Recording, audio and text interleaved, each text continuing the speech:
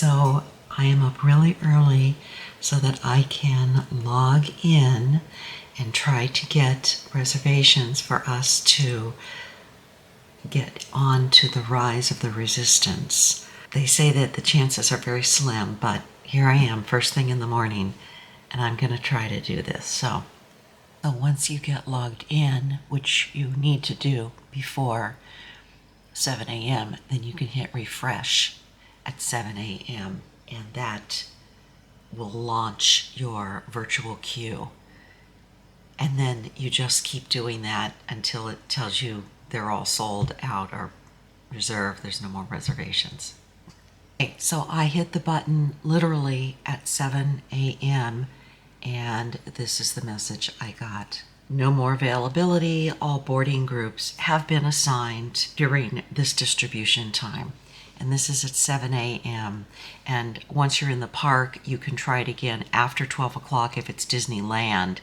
And if it's Disney World, then you have to wait until after 1. I got up at 6:30 for nothing. Well, I shouldn't say nothing. Now I can go ahead and get ready for the day. But wow, that's how fast it goes. One of the first things we did when we got inside the park was we went into the area where the lockers are.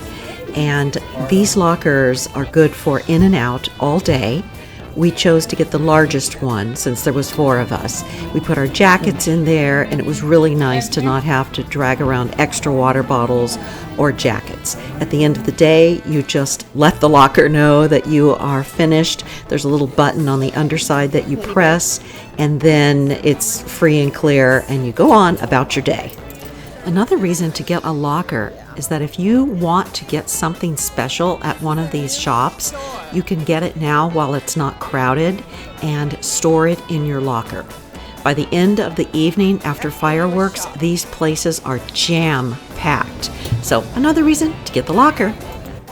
Even though I wasn't able to get us into the Rise of the Resistance as far as making reservations, we were excited to go see this whole area because I had never seen it before. And there was not a long line for the Millennial Falcon, and that was fun to try out. We let the guys drive, and Connie and I were the gunners. I think we had a good time, and it was really fun to be on a new ride at Disneyland.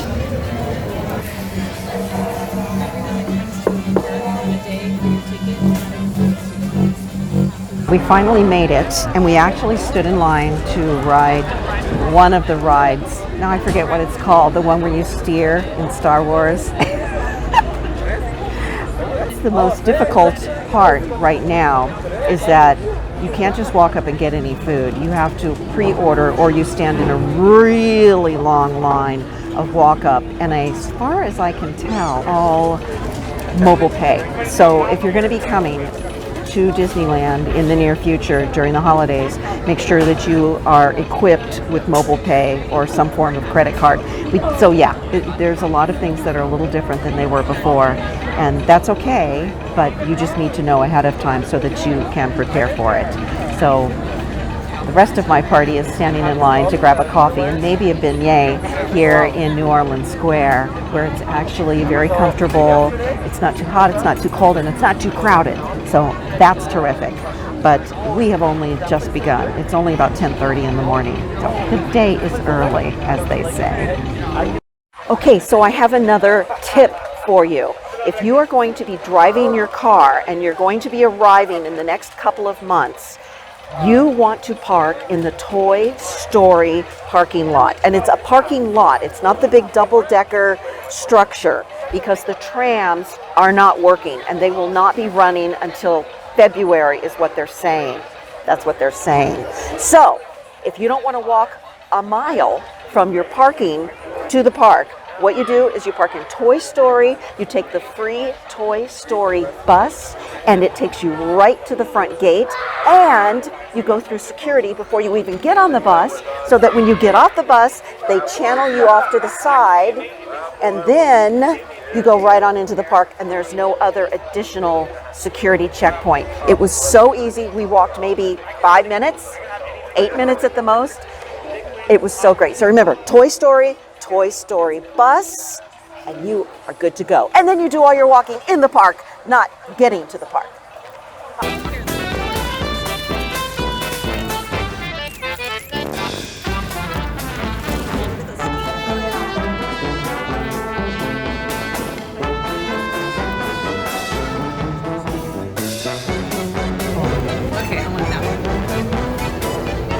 I have some coffee. My first cup of the day. So good. This is the best. This is the best.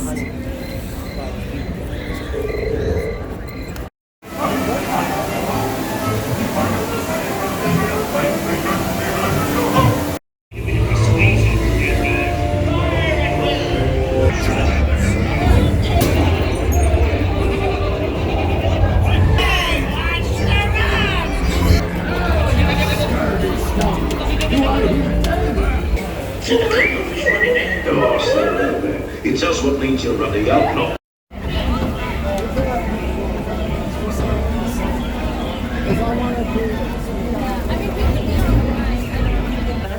Well, I think the whole herd is out today. Now that really is unheard of. I don't have tea. Then me, I find electricity.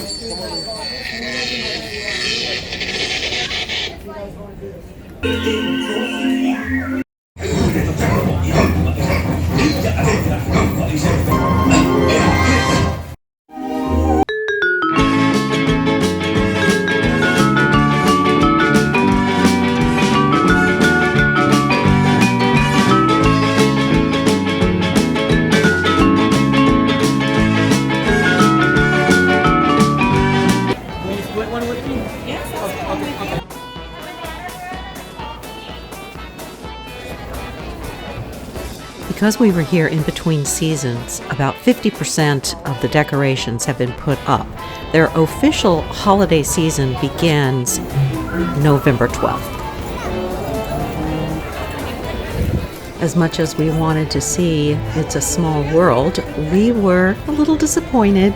It was under, I guess you could say, construction because they were outfitting it for the holidays. And if you have never seen It's a Small World at Christmas time, it is magical.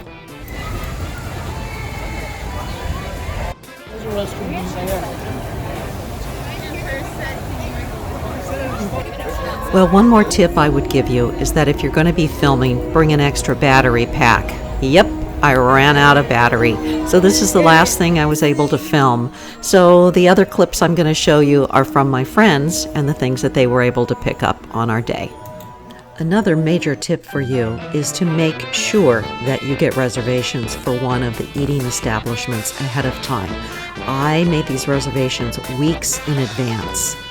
Something else you should be prepared for is that if you are taking the Toy Story bus, it will be standing room only. There were probably about 600 people in line as we made our way to the bus, but it was better than walking that extra mile. Thanks for joining me this week. I'll see you next Thursday. Bye-bye. Pilots, rocket ships have initiated